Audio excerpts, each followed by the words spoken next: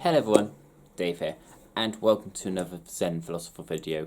In this video, I'd like to discuss and put across to you the idea that we are becoming more and more detached from our world. Now, what do I mean by that? Well, it's a difficult one. It's a very, very difficult one.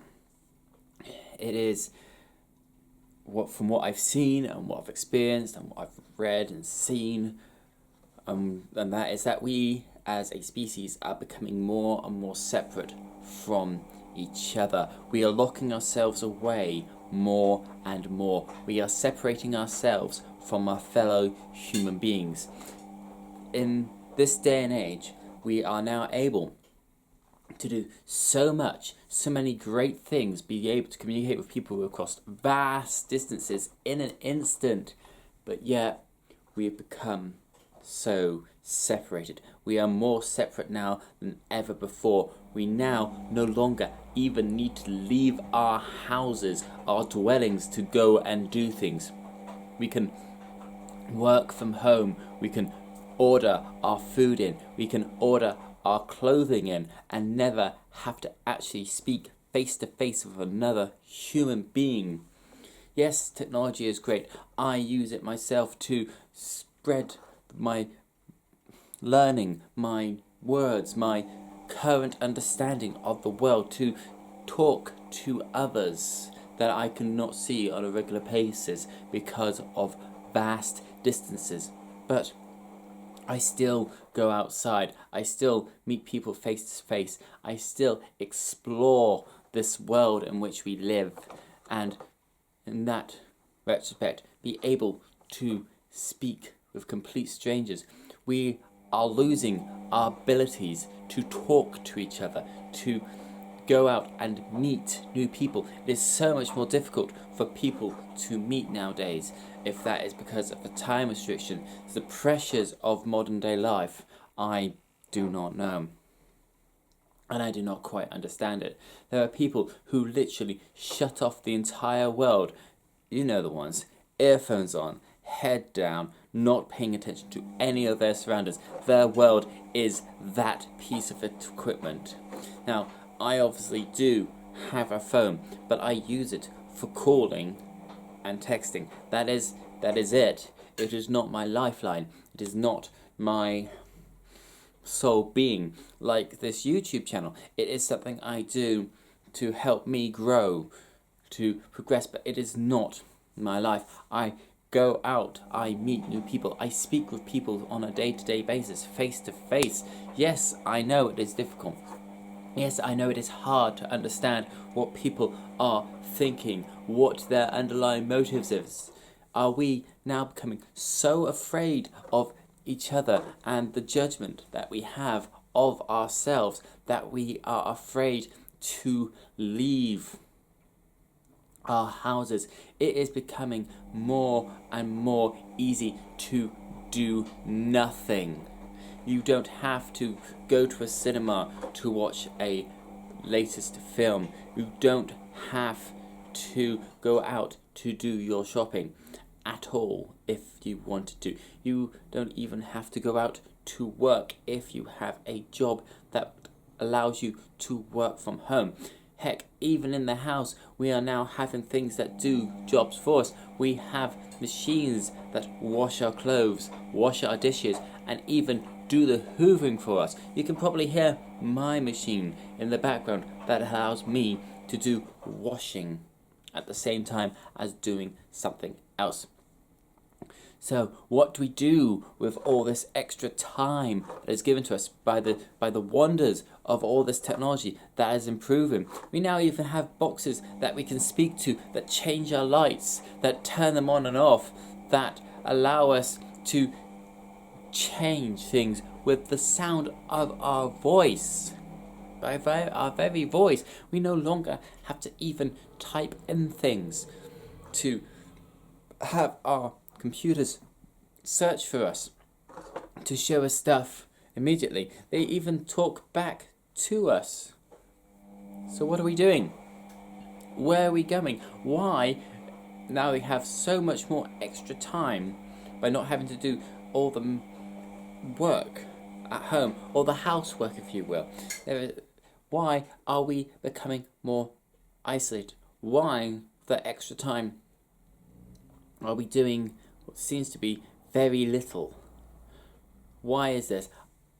I don't know. I don't know. Once again, I do not have the answers. It is incomprehensible to me to do nothing. It hurts me to do nothing. I need to move. I need to think. I need to do something. I can't watch TV, believe it or not. I can't. I can't sit there in front of a screen for an hour. Now, this is something that's really engaging, something knowledgeable, something like a David Attenborough program, or something sciencey. I can't do it.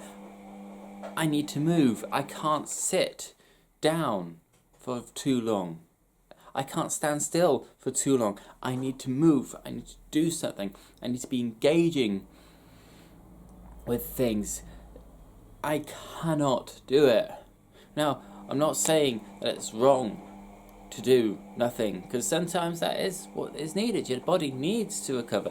Your body needs to rest. Your body needs to do things to help it recover from extreme stress loads and workloads. If you have been overworking or you have been overtraining, you need those days to recover. But when it is every day, continuously, for hours on end, where you do nothing, it is detrimental to our development as a species, as an individual, as a human race. We are designed to move. We are designed to hunt and gather and live in small family groups where we communicate with each other. We are not designed to be alone. We are not designed to be shut away from the outside world. This is why I don't like doing these videos inside. It's too sterile. It's too clean. It is not the environment in which we are designed to live. And it frustrates me in a way that we have all this technology that allows us to explore the world so much more easily, to get out and actually have more time with our fellow human beings face to face, that we rarely do it. Now I know what you're thinking. Oh, but I message people all the time, and I talk to them online. Yes, okay, brilliant. How long does it take for them to respond to you? Is it an immediate response? Does it take a few minutes? Does it take an hour? Does it take a few days for them to respond to you? Do you know what they look like? Do you know the sound of their voice? Do you know what their intentions behind their words are? Do you see the ink on the paper? Or do you see the blood in the ink? Now, what do I mean by that? Well, the ink on the paper is self-explanatory. You just read the words, but you do not see the blood inside those words, which means the emphasis behind them, the feeling behind them, the conviction, the wisdom, the viewpoint of that person. Do you see that? Do you see their experiences in those words? Do you hear what they're saying, or do you just merely let it wash over you like a wave crashing on a beach? There are so many things in this world that are wondrous and plentiful and can only be experienced by seeing them, by touching them, by speaking with them. It is a great and powerful thing, this world, and yet most of us just seem to let it slip by through our fingers, just watching it fade away. We use this technology for what it is not intended to. We use it to help raise children, which is not, in my opinion, 100% great or a good thing to do. Kids are designed to run around. They have a lot of energy, far more energy than us adults. It's because they are growing and learning at an astounding rate, and if we just use a television to educate them, to entertain them, rather than engaging with them, rather than allowing them to go outside, run around, get muddy, climb trees, they will not have the social or physical skills needed for the adolescent stages of their life, or even their adult stages of life. Anyway, I've written on long enough. As always, please do leave your thoughts in the comments below. Be constructive. If you have a different viewpoint, great. I love to learn about it. I love to learn about what your view of our current state is. Where do you think we're going? What do you think we could do better? How can we improve as ourselves? If you like these videos, as always, click on others if you want to. Subscribe to the channel. Until the next time, this is Dave.